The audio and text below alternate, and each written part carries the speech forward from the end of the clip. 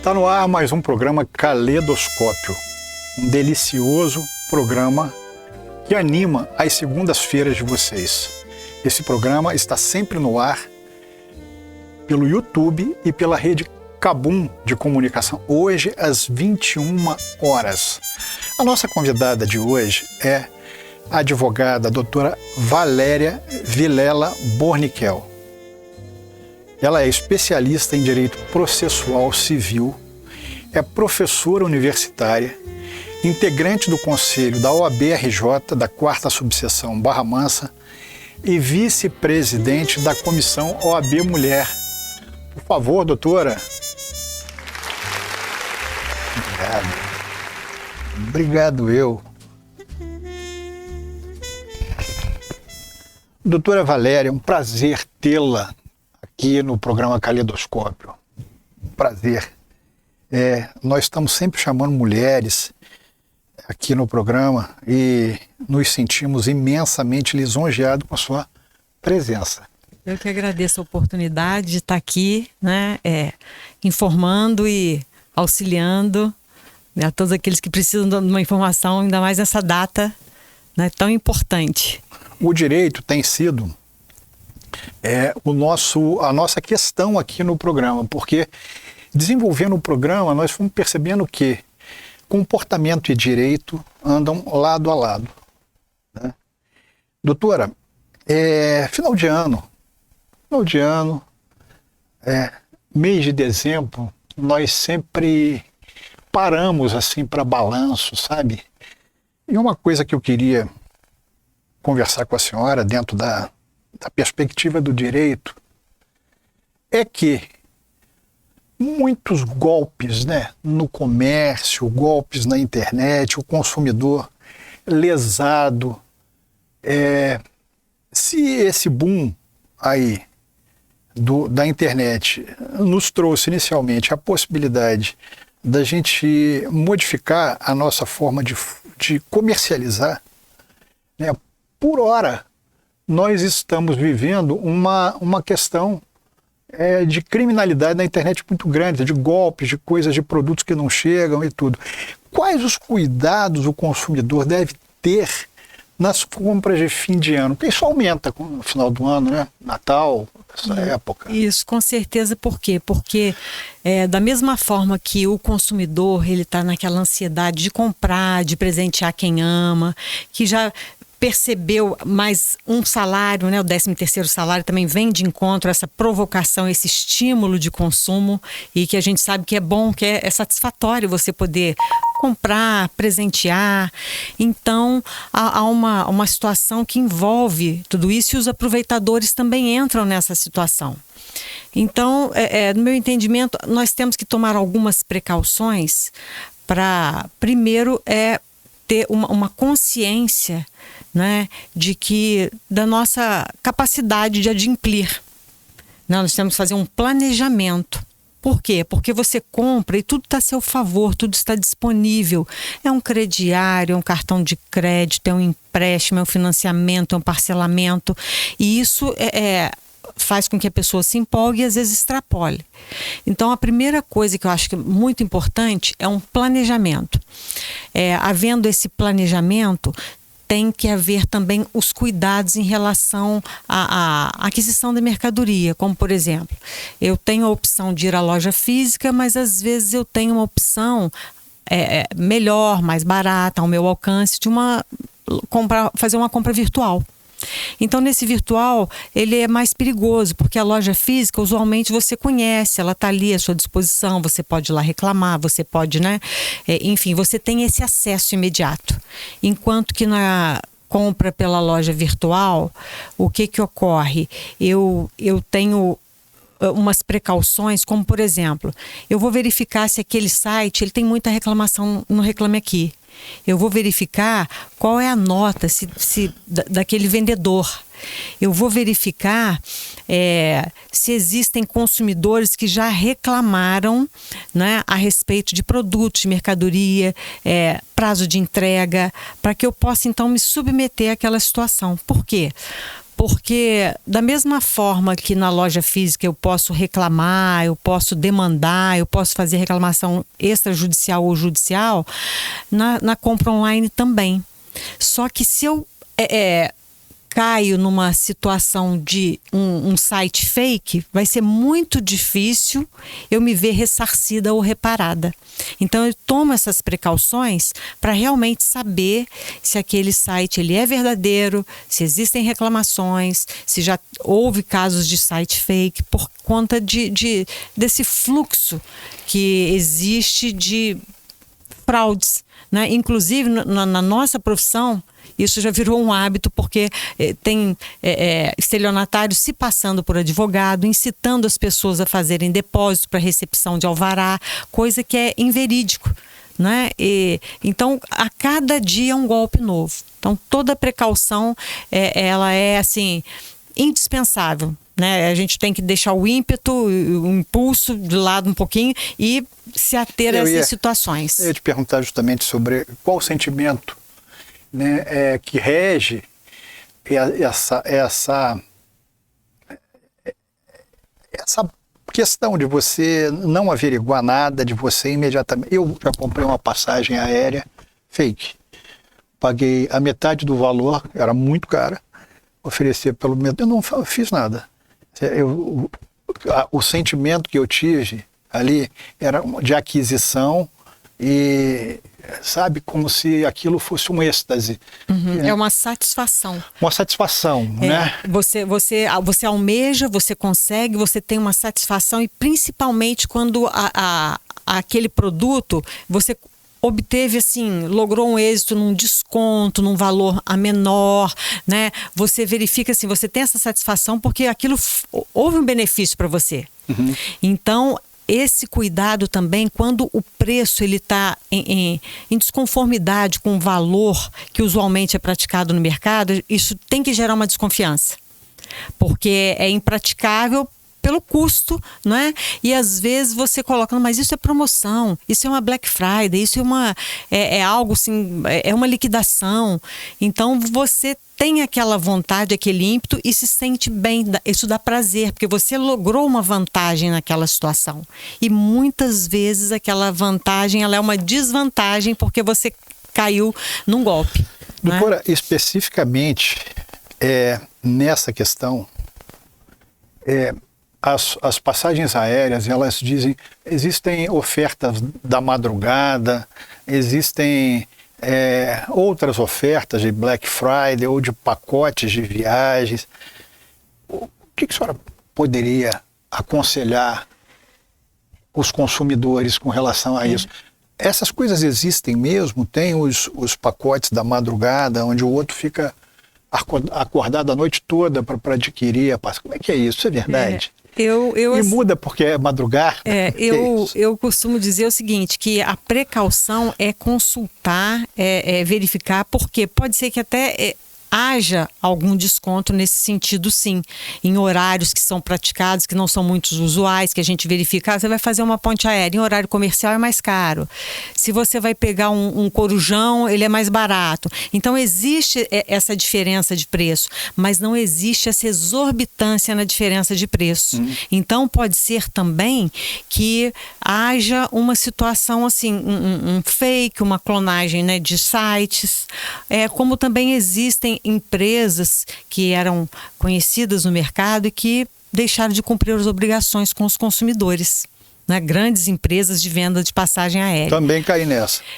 Então, para você ver como que, assim, a pessoa no ímpeto, na situação, e você, quando a empresa, ela é uma empresa conhecida no mercado, você não vai acreditar que aquela empresa possa ser dotada de idoneidade ou que ela não vá cumprir a obrigação contratada.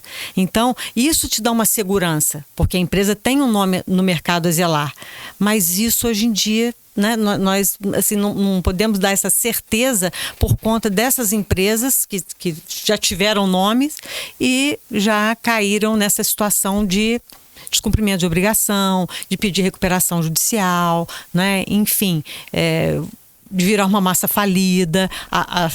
existem até as companhias aéreas que caíram nessa situação. Então, hoje é consultar, pesquisar, verificar, eu digo desde um CNPJ se está ativo, até nessa verificação de reclamações, porque infelizmente nós não temos essa garantia de que aquela compra, mesmo que a empresa tenha esse nome, que ela vai ser, ainda mais quando a compra é futura, para se efetivar no futuro. Você compra previamente uma passagem para viajar, para usar um pacote daqui a 6 meses. Sim. Mas será que essa empresa vai cumprir com os pacotes? Né? Como acontece também nas formaturas, nos bailes, nos eventos. Meu sobrinho mesmo, ele, numa faculdade, ele contratou um serviço e a empresa... Não entregou. Não entregou. Não entregou. A prestação 15 dias antes da formatura. E a frustração, né? Uma formatura, a família... a expectativa de todo mundo, do formando, né? E naquele momento que você desembolsa, porque você não quer permitir que aquela infelicidade, né, do momento ela venha, né, se propagar em toda a família, você reúne, faz aquele esforço para poder suprir e pagar, além daquilo que já foi contratado, no sentido de uma outra empresa, uma complementação, uma reunião, um rateio entre os alunos, e foi isso que aconteceu. Porque aquele momento era único, então você, às vezes, tem que se sujeitar a essa situação é uma recompensa, né? Porque para evitar uma frustração maior. Espectador, a doutora Valéria está falando de cuidados que você tem que ter ao comprar os produtos aí na internet, virtualmente. Mas, doutora, venhamos que o produto chegue, que, enfim, você seja contemplado com aquilo que você pagou, mas ele chegue com defeito. Quais são os defeitos, os direitos que o consumidor tem diante desse defeito? A legislação ela prevê uma situação de defeito, quando se fala defeito oculto, ou um defeito mesmo em função do não funcionamento, ou um vício redibitório, porque às vezes você compra um produto que aparentemente ele não está com defeito. Por exemplo, eu vou comprar uma panela de pressão. Na loja eu não testo a panela de pressão. Uhum. Então a presunção é de que ela vai funcionar. Só que chega em casa, a válvula deu um defeito. Então, esse defeito, o consumidor ele tem o direito de reclamar e a loja de sanar esse vício, esse defeito. Então, o Código de Defesa do Consumidor, ele impõe até um prazo para isso. E que se o vício não for sanado no prazo de 30 dias, fica a escolha do consumidor alternativamente a substituição do produto por outro, o abatimento proporcional no preço quando possível a utilização, ou o desfazimento do negócio e a devolução da importância. No caso de uma panela de pressão, eu não tenho como obter um abatimento proporcional no preço, porque sem a pressão ela não vai funcionar. Uhum. Mas se fosse uma geladeira que chegou na minha casa arranhada, ela não vai perder a funcionalidade pelo arranhão. E às vezes o abatimento proporcional no preço em função daquele defeito no produto, ele me atende, vale a pena o desconto. Então o consumidor ele deve reclamar, ele deve estar atento e a reclamação, eu sempre defendo o seguinte, a reclamação ela tem que ser registrada, formalizada. Então não adianta brigar na loja, no balcão, reivindicar, até para dar seguimento e abrir um procedimento administrativo e registrar, na verdade, como se fosse uma estatística, né, de reclamações daquela empresa, ela precisa ser formalizada. Então você tem a formalização perante o site, perante a empresa, e você tem a formalização perante o PROCON. E essa formalização é de suma importância, por quê? Porque se você não for atendido ou se a lei não for cumprida na forma que está na Lei 8.078, que é o Código de Defesa do Consumidor, artigo 18 e 26, você vai levar a sua pretensão ao judiciário e vai demonstrar que você não foi atendido administrativamente, que você cumpriu com a sua função de consumidor, reclamou e não foi atendida. Então, você teve aquela pretensão resistida. Então, isso é importante para o judiciário, verificar que você, dotado de boa-fé, reclamou, protestou, tentou lograr êxito na solução amigável e está levando para o judiciário, em forma de demanda, a sua pretensão resistida. Então, o amparo tem que ser nesse sentido, de substituir, e muitas reclamações, muitas situações impõem até o dano moral em função disso, do não atendimento. Então não é só o dano material, a substituição do produto por outro, abatimento proporcional no preço, tem essa combinação, né? O dano moral, ele fixado até com caráter punitivo e pedagógico, para que não haja essa reincidência, para que isso não seja uma prática, uma constância naquela empresa. Né? Então, você não deve ficar inerte, você deve reclamar. Doutora, duas questões que eu quero perguntar, que são coisas que a senhora já falou aqui. Uma, eu pensei aqui, agora nessa questão da formatura, isso não é uma compra qualquer. Não. Né? Você está comprando um sonho, Exatamente. A idealização de um sonho, de um baile, de um buffet. Você tem os seus convidados, a família que esperou durante 5, 6 anos para a realização desse sonho, para poder participar. Exatamente. Quais são as outras questões, para além dessas? Por exemplo, questões emocionais, afetivas. Como é que o direito trata disso? Existe alguma questão? Alguma reparação nesse sentido? Isso. Nos direitos de personalidade, é moral, o dano moral, aquilo que é intrínseco, né, que é inerente à personalidade da pessoa humana, a dor, o sofrimento, a perda de uma chance, isso tudo é reparado com esse critério de dano moral. Então esse quantum, essa fixação com base no valor despendido e com base na extensão do dano, na repercussão, isso é que vai fazer com que o juiz tenha essa convicção que a gente fala, a persuasão racional, o livre convencimento, a investigação das provas, a verdade real, a verdade formal, vai buscar o que realmente aconteceu e qual é a extensão do dano para poder prover com essa indenização. Não que vá gerar um enriquecimento, porque a lei ela não impõe essa situação, mas é no sentido de punir, de compensar, de evitar a reincidência, né? Então o caráter pedagógico ele é sempre visto dessa forma pelo judiciário. Por exemplo, se uma pessoa foi lesada, o que normalmente escuta-se, e por isso que a senhora está aqui, para nos ajudar, né, a esclarecer essas questões, o que normalmente escuta-se é que a justiça é muito morosa e que, por vezes, vale a pena o deixa para lá. O que a senhora acha, doutora? Eu acho que, assim, na verdade, qual a minha visão disso? Mesmo que seja ínfimo, você deve reclamar, seja administrativamente, seja judicialmente. Por quê? Porque existem também uma classificação de reclamações. E aquelas empresas, elas são punidas em função de terem muitas reclamações. Então a gente verifica aí, empresa de telefonia, empresas de prestações de serviço, planos de saúde. Então tem que reclamar para poder evitar que haja essa reincidência. Então, mesmo que seja ínfimo, você vai estar, além de obter a solução do seu problema, vai estar evitando que outros passem por a mesma situação. Então, nós temos, por exemplo, o PROCON, que é uma Secretaria Municipal de Barra Mansa. Ele tem a capacidade de fazer uma audiência e tentar solução amigável. E se não houver êxito, você já sai dali com encaminhamento para o judiciário. E no judiciário, as causas de pequena monta, vocês podem utilizar os juizados especiais, que as pessoas conhecem como juizados de pequenas causas, mas são os juizados especiais cíveis. E quando o valor excede a 40 salários mínimos, para que não haja renúncia à sua pretensão, ao seu direito, você vai então utilizar as varas cíveis no procedimento comum. Espectador, então olha, conselho da doutora Valéria, não deixe passar.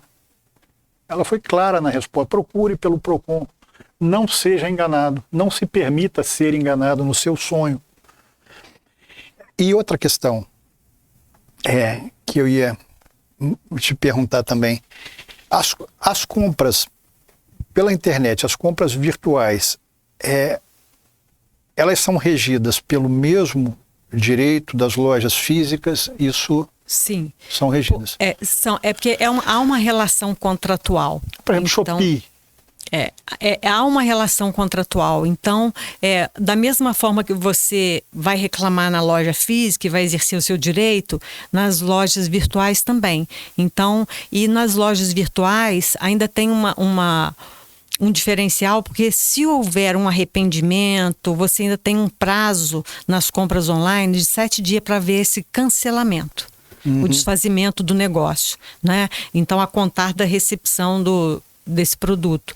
Então, como você não está ali com contato, não está vendo a mercadoria, não está sendo atendido, então a lei impõe essa situação de que você pode ter essa opção pelo desfazimento, a desistência nesse prazo de 7 dias. Agora, uma dica que os consumidores devem ficar atentos nessa situação de Natal, o presente, ele não há uma obrigação de troca no presente. A troca é quando existe um defeito. Não gostei da cor, modelo não me agradou. O fornecedor, o comerciante, ele é obrigado a trocar? Não. Ele troca? Na maioria das vezes, sim. Por quê? Porque ele quer captar, ele quer conquistar aquele cliente. Porque vem numa troca, tem uma diferença na compra. E se ele foi benevolente na troca, né, sabendo que ele não tem obrigação de fazer, isso é um ponto favorável, um ponto de conquista. Ele fidelizou.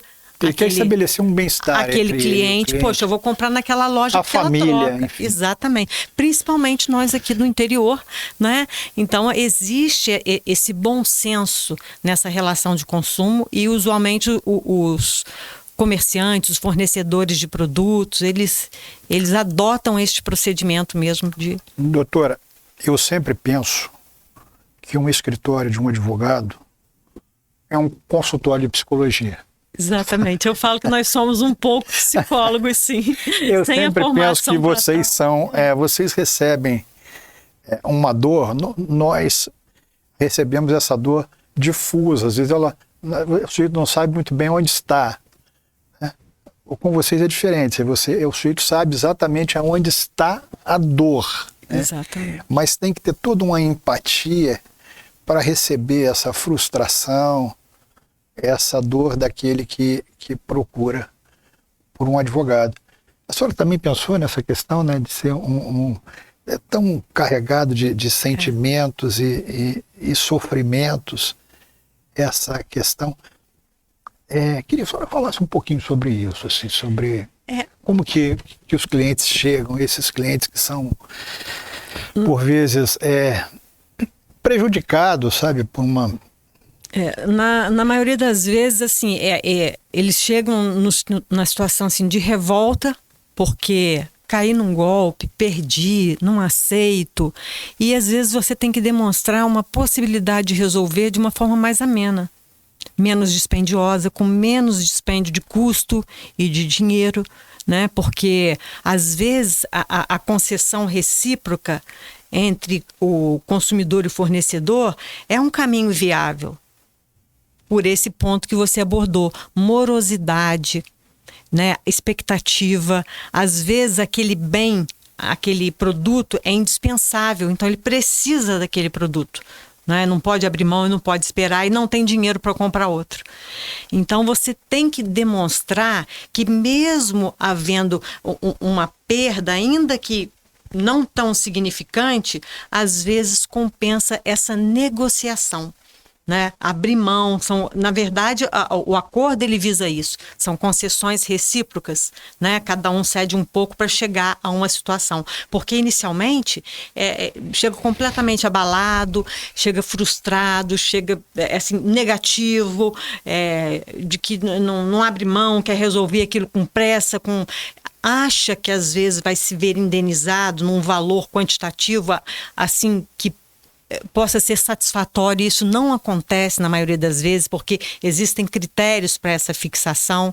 Então você tem que assim, elucidar e demonstrar que não... Porque às vezes ele pega informação, põe na justiça, você vai ganhar dano moral. E nem sempre é assim. Então cada caso é um caso. né? Enfim, então você demonstra o que é melhor, faz um estudo de caso, uma análise daquela situação. E às vezes, mesmo ele abrindo mão de certas coisas, o fornecedor ele não está disposto a cumprir. E aí, não tendo outro caminho, aí nós deflagramos a ação fazendo todos os pedidos compatíveis com aquela frustração para que ele venha exercer o direito dele. Então, eu costumo dizer que não só no consumo e no direito de família tem muito isso também. A pessoa vem frustrada, magoada, e aí eu costumo dizer que a gente funciona um pouco como psicólogo sem ser, né? Mostrando uma outra situação, que não necessariamente o litígio seja a única via, né? Então, no direito, a gente depara com essa situação, com essa sensação de dor, de decepção, de carência, de desgosto, de frustração. Doutora, nós estávamos falando sobre a questão das passagens aéreas, das agências, e tem uma questão também, hoje, que é muito comum, que são os bancos, né, oferecendo para as pessoas empréstimos. Quais são os riscos que as pessoas sofrem? Ou isso é muito amarrado, muito direito? Olha, na verdade, existem várias modalidades de empréstimos, né? Então, tem um muito conhecido que é o empréstimo consignado, que quando a pessoa tem uma função pública, quando ela é aposentada, quando é o desconto em folha. E existem os empréstimos que são, assim, os CDCs, empréstimos crédito direto ao consumidor, que disponibiliza na sua conta, sem desconto em folha, mas que é debitado na conta. E às vezes, o que acontece? A pessoa, ela se vê sem saída e se submete a uma situação daquela. O perigo é que você tem que ponderar e fazer a sua contabilidade para saber se aquilo vai compensar, porque o custo é muito alto. É como se essa empresa, essa financeira, tivesse te vendendo um dinheiro a um custo muito alto. É vender dinheiro. Vende dinheiro a um custo muito alto, e se você somar aquelas parcelas, às vezes você vai estar pagando 2, 3 vezes mais. E outro perigo é a venda casada. Porque às vezes, para que eu te forneça um empréstimo, eu vou exigir uma contrapartida de que é a venda de um seguro, a venda de um título de capitalização. Então, isso também, essa prática é abusiva, é lesiva, não é? Então, não pode haver essa venda casada condicionada a essa situação. O consumidor hipossuficiente, ele tem que submeter, né, para poder lograr êxito adquirir nesse empréstimo. Então, e isso acontece. Além de ser abusiva, a taxa do empréstimo, ela ainda vem adicionada a outras questões. A outros produtos. E muitas vezes o consumidor ele não sabe. Você quer ver uma coisa muito comum?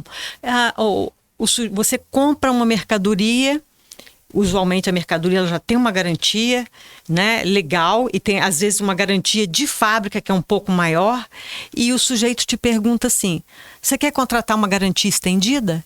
Ou seja, te imputando mais uma despesa naquele contrato de venda a prazo.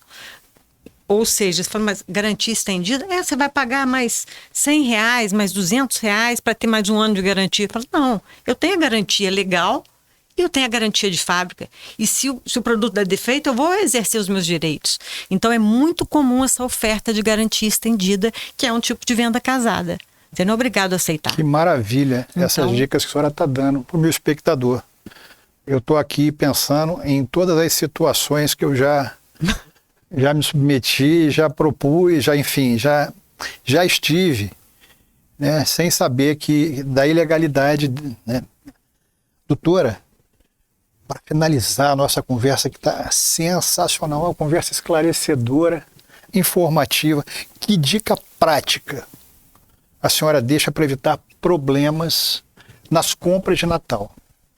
A primeira coisa é verificar a idoneidade da loja, do estabelecimento, do site, se existem muitas reclamações. E uma coisa principal, importante também, verificar se aquele fornecedor, se aquele lojista está disposto a fazer a troca.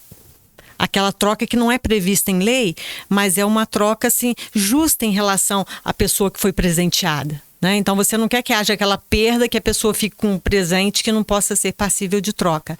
E verificar preço, fazer uma cotação, porque nesse período existem diferenças de preço, sim, exorbitantes em relação às mercadorias, de loja para loja. Então, às vezes, numa mesma rua, você tem essa diferença. Então, fazer esse levantamento, por que eu digo isso?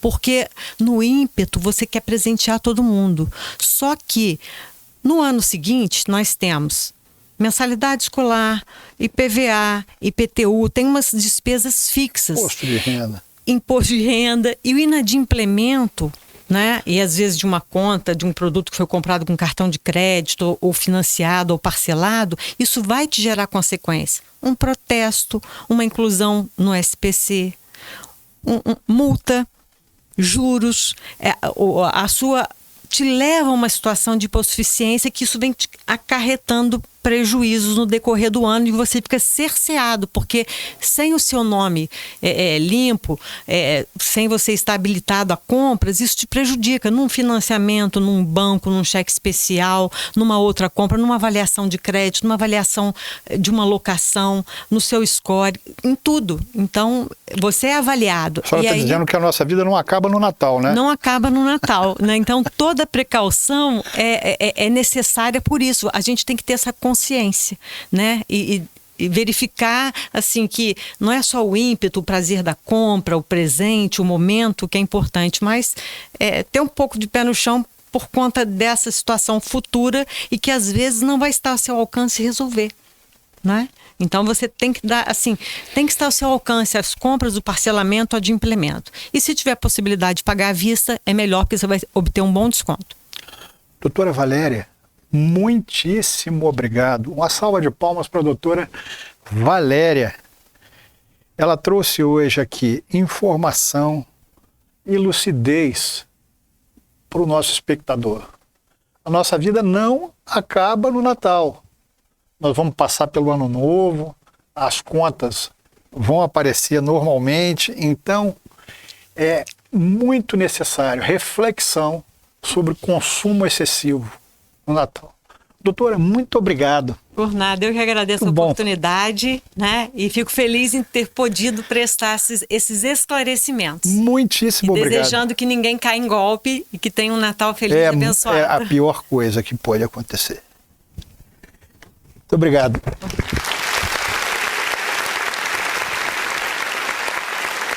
E dessa forma nós finalizamos mais um delicioso programa Caleidoscópio. Hoje, dia 22 de dezembro, o programa deseja que o espectador tenha um Feliz Natal, um próspero Ano Novo e esteja sempre ligado no YouTube às segundas-feiras, às 21 horas. Programa Caleidoscópio, pela rede Kabum de Comunicação. Feliz Natal!